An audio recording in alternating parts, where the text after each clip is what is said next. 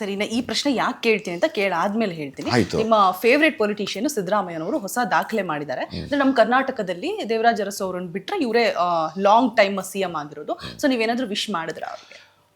ಇಲ್ಲ, ತುಂಬ ಒಳ್ಳೆ ಪ್ರಶ್ನೆ ಅದು. ನನಗೆ ಎಲ್ಲರೂ ಫೇವ್ರೇಟ್ ಇದ್ದಾರೆ. ಅಂದರೆ ನಾನು ಯಾರ ಇದ್ರವಾಗೂ ನಾನು ವಹಿಸ್ಕೊಂಡು ಮಾತಾಡಲ್ಲ. ಈಗ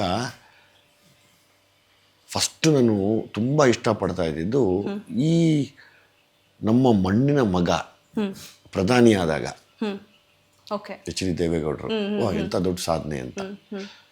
ಅದಾದಮೇಲೆ ಸಿದ್ದರಾಮಯ್ಯ ಅವ್ರನ್ನ ಇಷ್ಟಪಡ್ತೀನಿ.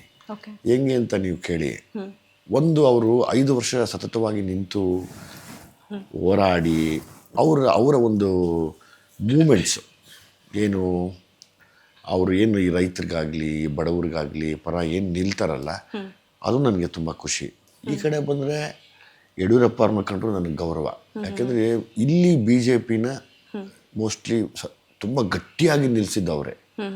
ಆದರೆ ನನಗೆ ಕೆಲವು ಸರ್ತಿ ಯಾವುದೇ ಸರ್ಕಾರ ಬಂದಾಗಲೂ ಯಾರ್ಯಾರಿಗೆ ಅನುಕೂಲಗಳಿತ್ತು ಗೊತ್ತಾ, ಅದು ಕೊಡದೆ ಹೋದಾಗ ಎಲ್ಲರ ಮೇಲೂ ಕೋಪ.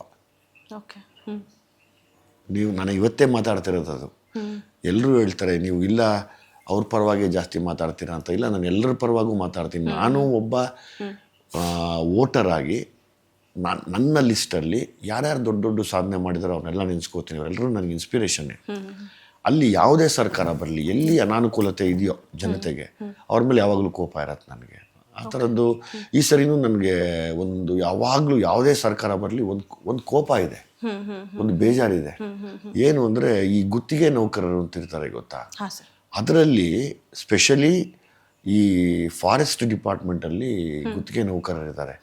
ಅವ್ರ ಕಷ್ಟ ನೀವು ಕೇಳಿದ್ರೆ ನರ್ಕಾನು ಒಂದೇ, ಅದು ಒಂದೇ. ಪಾಪ ಅವ್ರು ಯಾರಿಗೂ ಇದುವರೆಗೂ ಪರ್ಮನೆಂಟ್ ಮಾಡಿಲ್ಲ.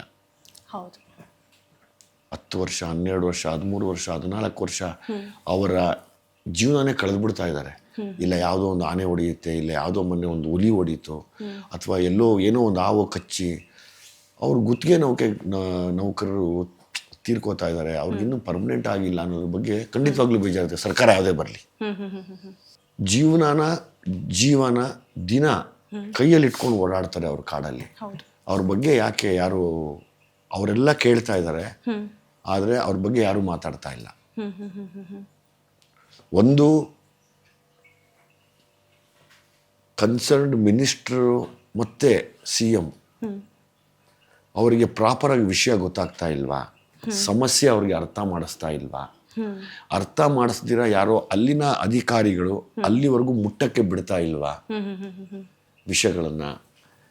ಎಷ್ಟೋ ಸಂಸಾರಗಳು ಅಲ್ಲಿ ದಿಕ್ಕಾಪಾಲಾಗೋಗಿದೆ ಅಲ್ಲಿ. ನನಗೆ ಅದ್ರ ಮೇಲೆ ಬೇಜಾರು. ನಾನು ಅಫ್ಕೋರ್ಸ್ ನನಗೆ ಸಿದ್ದರಾಮಯ್ಯ ಸರ್ ತುಂಬ ಫೇವ್ರೇಟ್ ಪಾಲಿಟಿಷಿಯನ್. ಆ ಥರ ಎಲ್ಲರೂ ಫಾಲೋ ಮಾಡ್ತೀನಿ, ತುಂಬ ಇಷ್ಟಪಡ್ತೀನಿ ನಾನು. ಹಂಗನ್ಬಿಟ್ಟು ಅವ್ರ ಪರವಾಗಿ ಮಾತಾಡಿದೆ, ಇವ್ರ ಪರವಾಗಿ ಮಾತಾಡಿದೆ, ಎಲ್ಲರೂ ವಹಿಸ್ಕೊಂಡು ಮಾತಾಡಿದೆ ಅಂತೇನಿಲ್ಲ.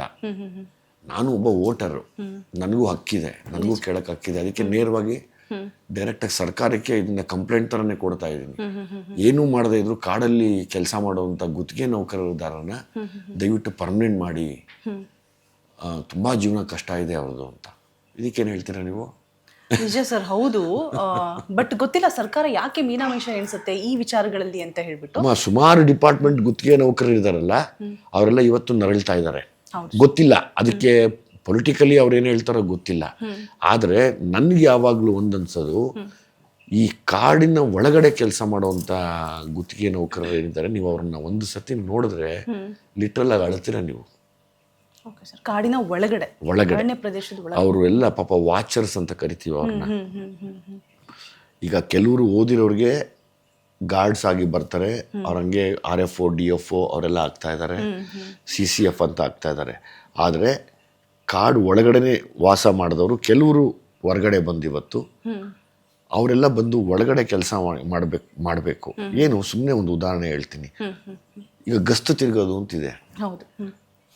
ಅವ್ರು ಹೆಂಗಿದೆ ಅಂದರೆ ಪ್ರತಿ ದಿವಸ ಅವರು ಇಷ್ಟು ಕಿಲೋಮೀಟ್ರ್ ಅಂತ ನಡಿಬೇಕು. ಅದಕ್ಕೆ ಅವ್ರಿಗೆ ಇದರಲ್ಲಿ ಏನು ಲೈಕ್ ಅವ್ರದ್ದು ಫೋನ್ನಲ್ಲಿ ಒಂದು ಆ್ಯಪ್ ಇದೆ. ಸೊ ಅವ್ರು ಎಷ್ಟು ತಿರುಗಿದ್ರು ಬಂದರು ಅಂತ ಲೆಕ್ಕ ಸಿಗ್ತಾ ಇದೆ. ಆದರೆ ಅವನು ತಿರುಗೋವಾಗ ಯಾವ್ಯಾವ ಪ್ರಾಣಿ ಬಂದು ಹೊಡೆಯುತ್ತೆ ಅವ್ರನ್ನ ಅಂತ ನಾವು ಯಾರೂ ಯೋಚನೆ ಮಾಡ್ತಾ ಇಲ್ಲ. ಅದಕ್ಕೇನು ಸೇಫ್ಟಿ ಬೇಕು ಅಂತ ನಾವು ಯಾರೂ ಯೋಚನೆ ಮಾಡ್ತಾ ಇಲ್ಲ. ಮತ್ತು ವರ್ಷಾನುಗಟ್ಲೆಯಿಂದ ಕೆಲಸ ಮಾಡ್ತಾ ಇದ್ದಾರೆ. ಅವರೆಲ್ಲ ಇವತ್ತಿಗೂ ಅವರು ಎಷ್ಟೋ ಜನ ಅವ್ರ ಜೀವ ಕಳ್ಕೊಂಡಿದ್ದಾರಲ್ಲ, ಅಥವಾ ಅವ್ರು ರಿಟೈರ್ಡ್ ಇದೆ ಗೊತ್ತಾ, ಆ ಗುತ್ತಿಗೆ ನೌಕರರಾಗಿ ಅವರು ರಿಟೈರ್ಡ್ ಆಗ್ತಾ ಇದ್ದಾರೆ. ಯಾವ ಪೊಸಿಷನ್ಗೆ ಬಂದಿದ್ರು ಅದೇ ಪೊಸಿಷನಲ್ಲಿ ರಿಟೈರ್ಮೆಂಟ್. ಯಾವ ಸರ್ಕಾರ ಬಂದರೂ ಅದೇ ನಡೀತಾ ಇದೆ. ಇದ್ರ ಬಗ್ಗೆ ನನಗೆ ಯಾವಾಗಲೂ ಕೋಪ ಇದೆ, ಬೇಜಾರಿದೆ, ಮುನ್ಸಿದೆ. ನೋಡೋಣ ಸರ್, ಅಟ್ಲೀಸ್ಟ್ ನಿಮ್ಮ ಮುಖಾಂತರ ವಿಚಾರ ತಲುಪಿ ಏನಾದರೂ ಬದಲಾವಣೆಗಳಾಗತ್ತಾ ಗೊತ್ತಿಲ್ಲಮ್ಮ. ಈಗ ನೋಡಿ, ನಾವೆಲ್ಲ ಬದಲಾಯಿಸೋಕ್ಕಾಗಲ್ಲ. ಇವೆಲ್ಲವೂ ಯಾರ್ಯಾರ ಡಿಪಾರ್ಟ್ಮೆಂಟಲ್ಲಿ ಇದ್ದಾರೋ ಅವರೆಲ್ಲ ಕುತ್ಕೊಂಡು ಸೀರಿಯಸ್ ಆಗಿ ಯೋಚನೆ ಮಾಡಬೇಕು. ಮಾಡಿದ್ರೆ ಒಳ್ಳೆಯದು ಅಂತ.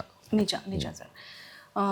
ಈ ಸರ್ಕಾರದ ಆಲೋಚನೆ ಆಗಿರ್ಬೋದು, ಅವ್ರು ಏನು ನಿರ್ಧಾರ ತೆಗೆದುಕೊಳ್ತಾರೆ, ಯಾಕೆ ತೆಗೆದುಕೊಳ್ತಾರೆ, ಏನು ನಿಲುವನ್ನು ತೆಗೆದುಕೊಳ್ತಾರೆ, ಯಾವುದೂ ಕೂಡ ನಮ್ಮ ಕೈಲಿರಲ್ಲ. ಬಟ್ ಹೋರಾಟ ಮಾತ್ರ ಮಾಡಬಹುದು ಅಷ್ಟೇ. ಹೌದೌದು, ಮಾಡಬಹುದು. ವೇಟ್ ಅಂಡ್ ವಾಚ್, ನೋಡೋಣ ಸರ್ ಏನಾಗುತ್ತೆ ಅಂತ. ಪ್ಲೀಸ್. ಸೊ ನಿಮ್ಮಂಥ ದೊಡ್ಡ ವ್ಯಕ್ತಿಗಳು ಕೈ ಜೋಡಿಸ್ಬೇಕು ಅಷ್ಟೇ. 2 ಪಾಯಿಂಟ್ ಯಾವಾಗಲೂ ನಾವು ಮಾತಾಡ್ಬೋದಮ್ಮ. ಒಂದು, ರೈತರಿಗಿರೋ ಸಂಕಷ್ಟ. ಇನ್ನೊಂದು, ಈ ಥರ ಗುತ್ತಿಗೆ ನೌಕರದಾರರಿಗಿರೋ ಕಷ್ಟ. ಎರಡನ್ನೂ ಯಾವಾಗಲೂ ನಾವು ಯೋಚನೆ ಮಾಡಬೇಕು. ನನ್ನ ಆ್ಯಸ್ ಪರ್ ಮೈ ನಾಲೆಡ್ಜ್ ನನಗೆ ಇವಾಗ ಯಾವಾಗಲೂ ಅನ್ಸುತ್ತೆ. ನಿಜ ಸರ್, ಹೌದು.